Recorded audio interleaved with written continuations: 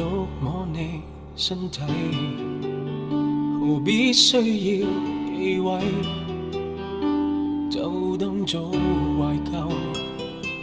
擁抱是懷念的姿勢，別怕突然越軌，朋友也可親吻額角，見證舊愛的淪落。你已對我全無知覺，有什麼怯況？你怕讓兩手控着我嗎？難道我質感太差？你發的短信也有策略嗎？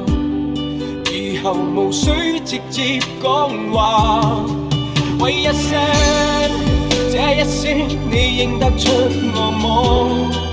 這親昵到陌生的經過，我說過最愛抱你，到這日你想閃躲，怕了我，但是我自問我哪有做錯？當日離開我，沒說別接觸這麼多，誰知驚我什麼？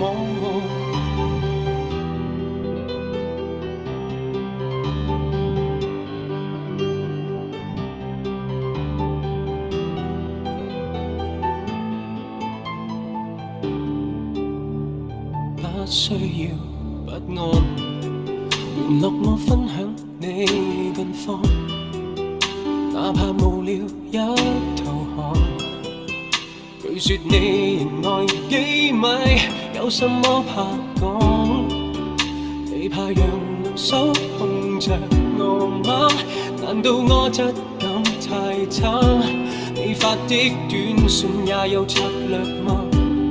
說話無需驗證真假，喂一聲，這一聲你認得出我麼？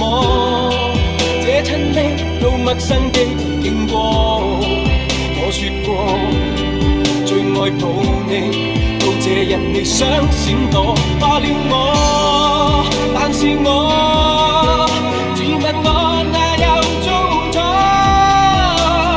當日離我沒說別接觸這麼多，誰知驚我什麼？只願容許我做作對說聲 keep in touch，還想得到什麼？